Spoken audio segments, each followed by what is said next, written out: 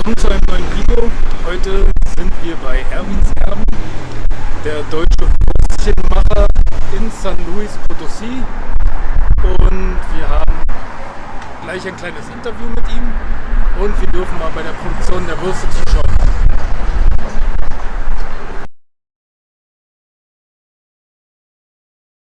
Ja, die erste Frage, die Flora noch schon gestellt hat: Wie bist du hierher gekommen? Ich sage mal im Flugzeug. Also der Grund war, ein guter Freund von mir, der war schon zum Schüleraustausch in Mexiko und hat sich verliebt dann. Jahre drauf hat er dann seine große mexikanische Liebe geheiratet hier in Mexiko und war ich eingeladen zur Hochzeit. Das war so mein erster Besuch 2008. Habe dann hier natürlich auch ein paar Freunde gewonnen, bin 2010 wiedergekommen, habe meine Frau hier kennengelernt, meine jetzige. Und bin dann wieder zurück nach Deutschland erstmal. Habe in Deutschland leider meinen Job verloren als Mediengestalter und habe dann die Entscheidung getroffen, hier nach Mexiko zu kommen.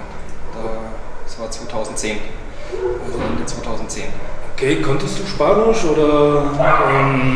Also ganz wenig. Also meine ersten beiden Aufenthalte in Mexiko, also beim ersten Mal überhaupt gar kein Spanisch. Also das war wirklich, das war so Sprung ins kalte Wasser. Und bin eigentlich nur nach Mexiko, weil ich halt wusste, okay, ich habe hier Leute, mit denen ich dann irgendwie verständigen kann, die halt Spanisch sprechen. Und es war nicht ganz so leicht, aber auch nicht allzu schwierig, sagen wir mal so. Also es geht schon, man kann sich schon irgendwie verständigen. Es gibt hier schon Leute, die auf jeden Fall Englisch sprechen. Die kommen ein bisschen von der Region ab, in der man unterwegs ist, aber es läuft schon. Und Spanisch habe ich dann eigentlich erst so richtig angefangen zu lernen, als ich mit der Frau so ein bisschen ernster wurde. Da habe ich in Deutschland in der Volkshochschule 2 Monate einen Sprachkurs gemacht. Habe da auch nicht wirklich groß was dazugelernt. Das ging dann erst richtig los hier in Mexiko. Mit Handy, Bubble oder so? Nein. Damals war das gar nicht mit den Apps noch gar nicht so am Laufen, also da gab es das alles noch gar nicht. Das war wirklich Volkshochschule, also aus dem Buch raus und so mit Lernkarten, also so Vokabellernen und so weiter. Also habe ich halt irgendwie versucht, neben der Arbeit noch ein bisschen was zu lernen. Und mir ist es nicht ganz so leicht gefallen, also so aus Büchern zu lernen, da bin ich nicht so der Typ dafür. Also für mich ist es einfach leichter, so in der Praxis zu lernen. Und als ich dann hier in Mexiko war, da war ich dann in der Familie von meiner Frau ganz schnell integriert und die haben natürlich alle immer Spanisch gesprochen. Ja, gut, und dann ging es relativ zügig, also so innerhalb von 3 Monaten ungefähr habe ich dann schon das ganz gut auf die Reihe bekommen, mich halbwegs zu verständigen.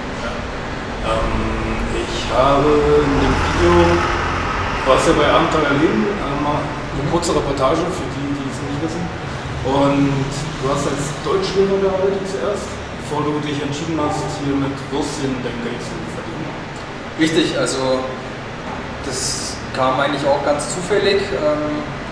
Eine Freundin von meiner Frau, die hatte damals als Sekretärin in der Sprachschule gearbeitet und die haben zu der Zeit eben Deutschlehrer gesucht und ich habe zu der Zeit einen Spanischlehrer gesucht, weil ich halt eben noch kein Spanisch gesprochen habe und dann dachte ich mir so, also schau doch mal da vorbei, also hast gleich einen Job und das Geld verdienst.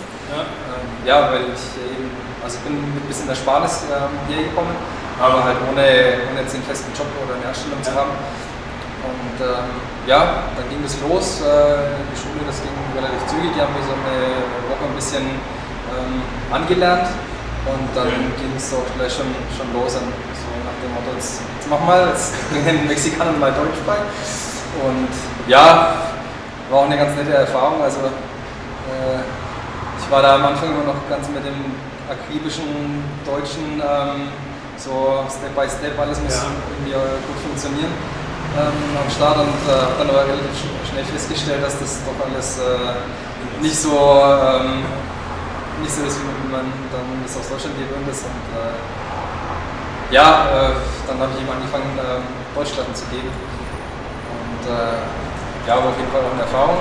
Habe da so ein bisschen wieder Sachen dazugelernt, die ich nicht mehr wusste oder so Grammatik technisch einfach nicht mehr auf dem Schirm hatte. Und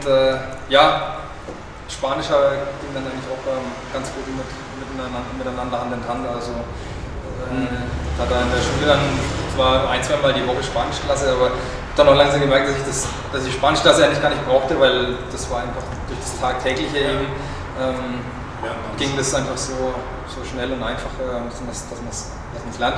Die Sprachschule, in der ich war, die hat immer so eine Methode, dass man die Schüler eben irgendwie rausnimmt in den Supermarkt, dann zum Einkaufen und so. Und also eben das eigentlich mehr aus der Praxis lernt als jetzt aus dem Buch. Und ja, also mein Spanisch hat schon immer noch so, ist nicht perfekt, aber ich denke, ich komme ganz gut zurecht damit. Und mir fehlt halt vielleicht immer so ein bisschen so ein grammatikalischer Feinschliff, also wo ich schon manchmal noch so ein bisschen am Grübeln bin, wie ich das jetzt dann am besten ausdrücke, aber irgendwie verstehen sie mich dann auch schon, auch wenn es nicht richtig ist. Wie viel verdient man, wenn man jetzt so einen Job als Sprachlehrer? Ja, also ich weiß ja, dass generell in Mexiko die Löhne ziemlich gering sind, also weiß ich, bei Monat 8.000 bis 10.000 Pesos, das sind 300-400 Euro.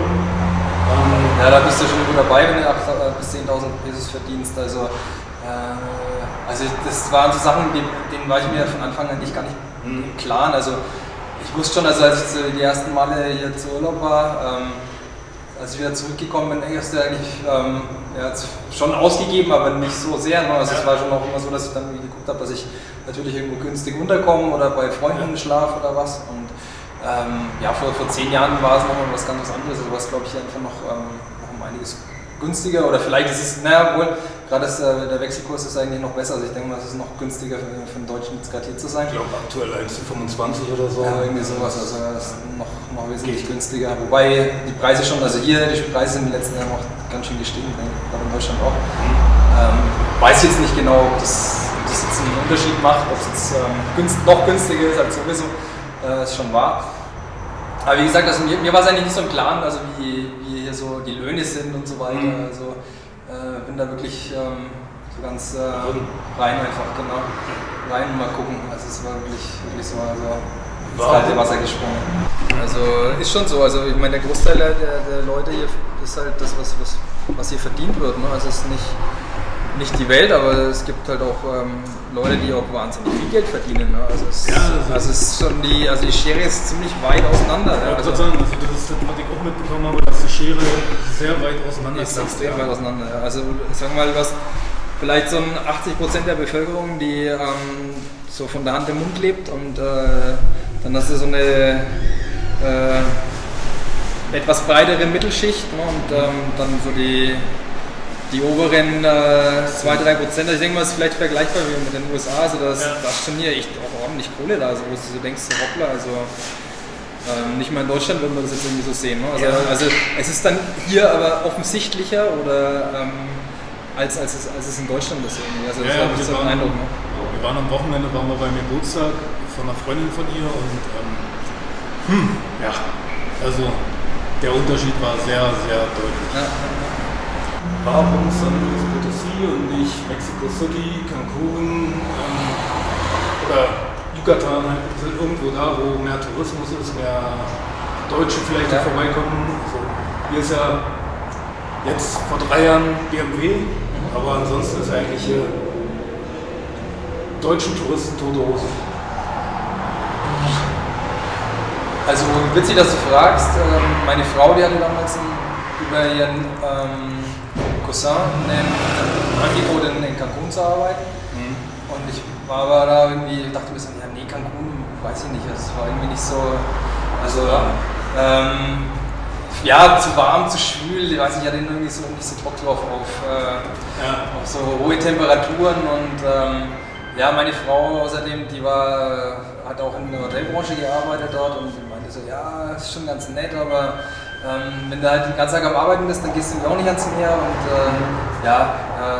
dann war es für mich, glaube ich, einfach die richtige Entscheidung, erst hierher zu kommen, weil meine Frau hier einfach in San Luis Potosí lebt und Familie hat hier, Freunde etc. Und ich glaube, es war letztendlich auch die richtige Entscheidung. Nächste Frage. Du hast ja 2 Kinder? Richtig, ja. Erzieht ihr die zweisprachig oder nur in Spanisch oder wie funktioniert das? Schule ist ja bestimmt anders wie in Deutschland. Die Schule. Also für mich war von Anfang an klar, dass ich die beiden zweisprachig erziehen will. Ja. Und das ist nicht so leicht, muss ich ganz ehrlich sagen. Also der Große, der ist 9 Jahre alt, der versteht mich sehr gut, der spricht auch gut. Hat schon immer noch so seine Stolperer drin oder weiß einfach manchmal nicht, welche Wörter, wie man es halt einfach sagt.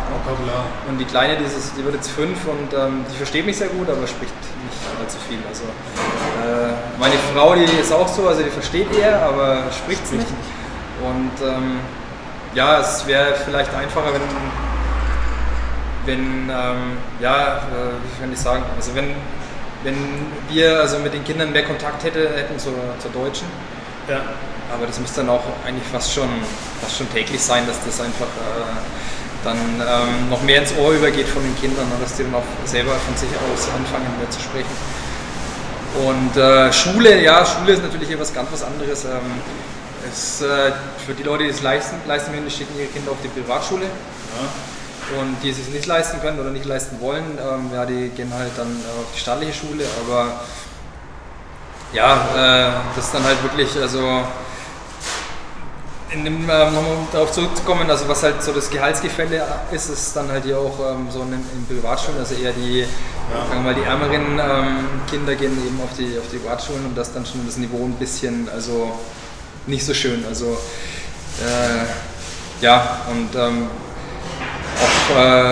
also meine Frau meint es immer, ich weiß es nicht, ich kann es nicht aus eigener Erfahrung sagen, weil ich war nie hier auf einer staatlichen Schule, also dass das dann schon Richtung, es ist schwierig für jemanden, der aus dem Ausland kommt, dann hier dann, oder gerade wenn man halt hellhäutig ist, also es ist hier irgendwie wieder, also hier so der hellhäutige Typ oder der Blonde, der wird halt gleich als jemand angesehen, du hast Geld, du bist gereist, du hast keine Probleme im Leben und so weiter und dann bist du gleich so Opfer Nummer 1, ne? Ja, und okay. Mein Sohn geht auf die Privatschule, die Kleine geht noch in den Kindergarten, aber es ist halt auch ein privater Kindergarten, das ist kleiner Kindergarten, das ist ein Haus, das ist auch so typisch Mexiko, da wird dann hier halt ein Haus zum Business funktioniert. Und das sind, glaube ich, aktuell auch jetzt nach Corona natürlich weniger Kinder drin, aber es sind, glaube ich, so zwischen 20 und 30 Kinder, die dort sind. Und das ist alles recht persönlich und der Kleine macht es dort Spaß, der fühlt sich wohl. Und der Sohnemann, der ist in der Privatschule, der hat Full English, das ist auch, das Niveau ist schon sehr hoch, ja. Okay. Also der spricht jetzt, hat seit dem Kindergarten hat er Englisch und seit der 1. Klasse Full English, also das heißt eben, dass er den ganzen Tag über Englisch hat, nur Spanisch ist auf Spanisch. Und Mathe und so weiter, also das sind sie auch schon, also ich glaube ein paar Schritte weiter als in Deutschland, möchte ich sagen. Also gerade das passiert, dass BMW, die hatten ihre Kinder vorher in einer anderen Schule und die sind jetzt eben mit der Schule, auf die mein Sohn geht, die sich zusammengeschlossen und dann ein Projekt gemacht, auch mit der Humboldt-Schule in Puebla, die dann hauptsächlich da die Volkswagen- und Audi-Kinder, glaube ich, auch hat. Ja, das ist ein tolles Projekt, das die da vorhaben. Also die machen da jetzt halt nicht nur Full English, sondern auch dann Full Deutsch sozusagen. Dreisprachig dann quasi. Ja, also du kannst du aussuchen, entweder Full English oder Full Deutsch. Also die integrieren dann halt die Kinder quasi nach bayerischem Lehrplan. Und das fängt jetzt aber gerade erst im Kindergarten an. Und also auf jeden Fall tolle Sache. Müssen wir mal schauen, was jetzt dann in Zukunft noch ergibt, ob sie dann auch die höheren Klassen dann mit eingliedern. Und der Nachteil ist natürlich, es kostet alles, ne? Also jetzt nicht umsonst oder durch wie in Deutschland, dass du die Kinder auf die Schule schickst und vielleicht die Hälfte und das Material zahlst und den einen oder anderen Atlas oder sowas oder extra Taschenrechner und so weiter zurücklegen. Sondern ist schon eine Stange Geld, also man zahlt hier so im Monat ungefähr 300 € Für die Privatschule ist es ordentlich, ja. Und es sind nicht nur die 300 €, sondern es ist dann auch so die Einschreibgebühr und dann die Schulbücher. Das sind auch nicht, ist nicht so, dass das wie in Deutschland ist, dass du dann jedes Jahr deine Bücherausgabe hast, sondern du musst dann jedes Jahr neu kaufen, je nach Jahrgangsstufe. Also das ist schon eine ganz schöne finanzielle Belastung. Ja. Die werden dann nicht zurückgegeben am Ende des Jahres und dann kann der Nächste die benutzen, die sind dann wirklich deine und die war... Leider nein. Ja, es ist halt, hier wird schon irgendwie geguckt, dass man mit allem, was geht, irgendwie Geschäfte macht. Wie kommen deine Familien damit klar, dass du hier... Also, ich weiß nicht, wie oft fliegst du jetzt nach Deutschland? So, wann warst du das letzte Mal in Deutschland? Ich war die letzten 10 Jahre ungefähr 3-mal in Deutschland. Also, okay. es ist wirklich ein Haufen Geld, was ein Sport jetzt nach Deutschland kostet. Also, ich meine, aus Deutschland hierher zu kommen, also mit einer vierköpfigen Familie ist jetzt auch nicht gerade wenig. Nee, also 2.500. Ja, und dann irgendwie noch ein Hotel für 1-2 Wochen oder was, oder ein Mietauto oder was, da muss ich schon besser verdienen, ne? dass ich das leisten kann. Ja, meine Familie, die unterstützen mich zu 100%. Natürlich würden sie schon gerne sehen, wenn ich hier in Deutschland wäre. Ne? Also vermissen mich natürlich schon auch, speziell meine Eltern. Also die würden ihre Enkelkinder schon das erste Mal live sehen, nicht immer nur in der Videokonferenz. Ja. Und ist wie es ist. Vermisst du das deutsche Essen? Also Hin und nicht wieder, deine Würste, sondern allgemein. Ja und nein. Also ich vermisse unwahrscheinlich so Sachen vom Bäcker, also Gebäck also Süßgebäck wie Brot, Semmeln und so weiter. Wobei es die letzten Jahre wirklich sehr gut geworden ist. Es gibt einige kleine Bäckereien, die schon ganz gute Qualität an den Tag legen. Ist allerdings ein bisschen teurer, als wenn man hier normal zum Bäcker geht. Ja, aber ich vermisse es nicht so, aber es ist manchmal so ein wie sagt man, so ein Gelüster nach Appetit. Ja, Appetit auf Apfelkuchen oder irgendwie solche Sachen. Also wenn man schon mal Lust hat, einen guten Marmorkuchen oder solche Sachen, die vermisse ich schon einfach. Ja. Also, versuchst du mal selber sowas herzustellen? Also jetzt am Wochenende zu Weihnachten habe ich versucht, einen Kartoffelsalat zu machen. War jetzt nicht so, weil die Kartoffeln sind halt komplett anders. Ja. Schmecken auch anders. Also versuchst du da auch irgendwie zu Hause mal so die deutsche Küche einfließen zu lassen? Ja, ein bisschen, ja, so Kartoffelsalat, klar, Rouladen, also so einfache Sachen, mal Schnitzel oder sowas. Also, okay. Genau, was nicht so sonderlich schwer ist, zuzubereiten. Ja, ich musste meine Mutter auch erst anrufen und fragen, wie man Kartoffelsalat macht, weil das war mir auch nicht klar. Ja, das können wir gleich weiter sprechen drüber. Also klar, ich meine, Mexiko ist nicht Deutschland und dann hier so die richtigen Zutaten zu finden, das ist nicht so leicht und ging es mir dann im Endeffekt auch mit der Wurst. Also da musste ich auch wirklich erst mal gucken, wo ich die ganzen Sachen herbekomme. Also ja, es ist halt nicht so, dass das ganz einfach zu finden ist. Ja. Warum Wurst und nicht Bäcker oder irgendwas anderes, gerade Würste? Also ich habe am Anfang nicht wirklich groß darüber nachgedacht. Also war für mich schon irgendwie so, als ich so Mediengestalter die Richtung, das war alles schon gut, aber irgendwie hatte ich da nicht so Lust drauf, da weiterzumachen in die Richtung. Und ja, dann war ich dann noch gerade in Deutschklassen beschäftigt, aber dann wurde mir schon irgendwie relativ schnell klar, ja, also wird es ein bisschen schwierig, wenn man da weitermacht, weil so viel Geld hat man dann damit leider doch nicht verdient. Also, da hat dann der Chef hat sich eine goldene Nase an einen verdient, da hat man selber schauen müssen, dass man über die Runden kommt. Und dann habe ich geguckt, okay, was kann ich jetzt machen? Also für mich war das eine, vielleicht irgendwie so Richtung Bäcker was zu machen. Und das andere war halt eben das mit der Wurst. Da.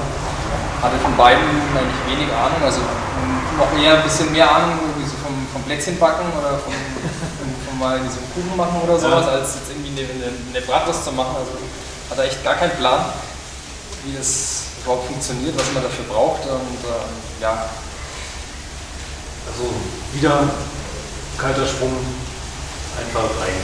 Genau, und dann waren wir in Deutschland und dann habe ich halt, also meine Oma, die hatte eine Bäckerei früher, zusammen mit meinem Opa. Deswegen war das irgendwie so 50-50, also entweder Bäcker oder Metzger. Und dann hatte ich halt mit der Oma noch irgendwie so Plätzchen gebacken zu Hause und dann über Bekannte beim Metzger gewesen, geguckt, wie das überhaupt funktioniert mit den Bratwürsten. Dann waren wir wieder hier und haben halt geguckt, beides ausprobiert, also Plätzchen und so, das ging irgendwie gar nicht klar. Also wir sind dann im Ofen zerlaufen und also mit der Butter und so weiter, es war einfach schwierig, Butter, Mehl und so weiter, ging nicht und dann dachte ich mir, okay, also vielleicht ist es wirklich leichter mit der Wurst und dann haben wir uns tatsächlich im Internet so einen kleinen Wurstfülle gekauft für 2 Kilo so mit der Hand, haben uns umgehört, wo wir Wärme herbekommen. Und ja, Gewürzmischungen so fertige, wie es in Deutschland gibt, also jetzt die Weißwurst-Gewürzmischung, Leberkäse und so weiter, alles beim Großhändler kaufen kannst, das gibt es ja nicht. Also da muss man halt wirklich, wir haben in Deutschland so 2 Rezeptbücher gekauft und dann da halt geguckt, wie das funktioniert am besten und muss dann auch gucken, also Salz und so, muss ein bisschen mehr Salz dran machen und das einfach dann Feinschliff finden. Ja, und dann haben wir halt angefangen mit zu Hause in der Wohnung am Küchentisch Würstchen zu machen. Und dann über Facebook haben wir so die ersten Facebook-Seite aufgemacht und dann so die ersten Würstchen verkauft. Ja, es ist ja 10 Jahre her, ich meine, es ist ja schon wieder der Wahnsinn. Also wenn ich jetzt vielleicht nach Mexiko gekommen wäre, dann hätte ich mir vielleicht auch irgendwie ganz was anderes überlegt. Also es ist das Internet und die Welt wächst einfach mehr und mehr zusammen. Also kannst du jetzt 1000 andere Sachen machen. Also wäre mir vielleicht irgendwas anderes eingefallen, aber zu der Zeit war es halt, hört sich komisch an, weil es gerade immer nur 10 Jahre sind, aber es hat sich halt nicht so viel verändert. Ja, das ist schon. Bei der Weißwurst, wie lange hast du da gebraucht, bis du die machen konntest? Vor 3 Jahren, weiß ich, hast du die glaube ich noch nicht gehabt, sondern die kamen erst später. Genau, ja, also man braucht ja eigentlich für diese ganze Geschichte so dementsprechende Maschinen auch. Ja. Und ich hatte zu der Zeit eben noch keinen Kutter und der Kutter ist halt dafür dann, dass man so eine Wurstpaste quasi herstellt, die dann eben für die Brühwürste gebraucht wird. Also ich weiß, ist das eine Brühwurst. Und ja, ich habe das probiert mit Fleischwolf erstmal, also das Hackfleisch so ein paar Mal durch den Fleischwolf durchlaufen zu lassen, um zu gucken, ob das vielleicht einigermaßen gutes Ergebnis dabei rauskommt, aber das war wirklich nicht so sonderlich gut und dann habe ich mir doch irgendwann so einen Kutter zugelegt und da hat es dann auch ein bisschen gebraucht, weil auch der Kutterhilfsmittel habe ich dann als erstes mal gebraucht, bis ich darauf gekommen bin, oder dass ich das hier überhaupt gefunden habe, so ein Kutterhilfsmittel. Du gehst jetzt nicht einfach zum Gewürzhändler und sagst, ich brauche Kutterhilfsmittel, dann musst du dann schauen, dass du es übersetzt, dann wissen die nicht, was du willst, wenn du es übersetzt. Bis ich dann drauf gekommen bin, was da die Bestandteile sind von dem Kutterhilfsmittel, dann habe ich es dann doch so einzeln bekommen und hat es auch sehr gut funktioniert. Also das Ergebnis ist ganz gut eigentlich, denke ich mal. Kann natürlich die Sachen noch verbessern, geschmacksmäßig und auch von der Konsistenz. Ja. Wie kommt die Wurst hier an? Also die Mexikaner. Die Weißwurst, Weißwurst ist schon ein bisschen schwierig. Also das ist so eine weiße Wurst, da wissen sie erstmal nicht, das ist irgendwie komisch. Wurst generell kommt eigentlich eher mehr so die Bratwurst an. Also, weil halt hier, es war eigentlich auch so der Gedanke, wieso ich es eigentlich gemacht habe mit der Wurst, weil hier viel gegrillt wird. Das Wetter ist ja eigentlich das ganze Jahr über schön. Also das ist heute 28. Dezember, wir hocken hier mit T-Shirt, kurzen Hosen. 27 Grad, glaube ich, 26. Sonne scheint, keine einzige Wolke am Himmel. Ist natürlich perfekte Grillwetter. Ne? Ja. Genau. Verkaufst du die auch roh und richtig, also wir haben eben angefangen über Facebook die Würste zu verkaufen. Das war dann wirklich nur so eine Plastikschale mit Plastikfolie eingewickelt. Ja. Und wir haben uns irgendwie so eine kleine, wie sagt man da, so eine Vakuummaschine gekauft, um es ein bisschen professioneller zu machen. Und so peu à peu ging das dann halt eben, haben wir uns verbessert Schritt für Schritt. Okay. Und also mittlerweile, verkaufen wir sie hier und verkaufen sie halt eben auch im Vakuumverpackter. So, eine Frage hätte ich noch. Dein schlimmstes Erlebnis hier in Mexiko? Schlimmstes Erlebnis in Mexiko? Ja, es gab schon so ein paar nervenaufreibende Erlebnisse hier. Allerdings muss ich sagen, so wirklich was Schlimmes, was mir direkt passiert ist, eigentlich nicht. Also es ist schon so, dass man hier schon ein bisschen mehr aufpassen muss als in Deutschland. Also gerade so Diebstähle sind einfach an der Tagesordnung. Ne? Also man muss halt wirklich aufpassen, dass man so sein Auto zum Beispiel immer in Sichtweite hat. Dass man auch im Auto nichts liegen lässt. Also das sind schon Dinge, die muss man einfach beachten, wobei ich mich da auch nicht sonderlich einschränken lassen will. Also weil schwappt man schnell irgendwie so Panikmache über und ist dann auch bescheuert. Genau. Also wir hatten mal ein Erlebnis hier im Restaurant, da waren zwei von BMW hier zum Essen. Das war schon, weiß ich nicht mehr, das war so 6 oder 7 Uhr abends. Wir waren da drüben an dem Tisch gesessen, also der Tisch, der stand schon ein bisschen hier noch, weiter zum Eingang. Und die saßen, also die zwei Jungs, die saßen mit dem Rücken zum Fenster und haben mich hier unterhalten, habe ich rausgeguckt und habe dann gesehen, da kam jetzt gerade irgendwie einer entlang, also der kam so in die Ecke geflitzt und hinter dem liefen zwei mit Helm, also Motorradhelm hinterher. Und ich dachte, komisch.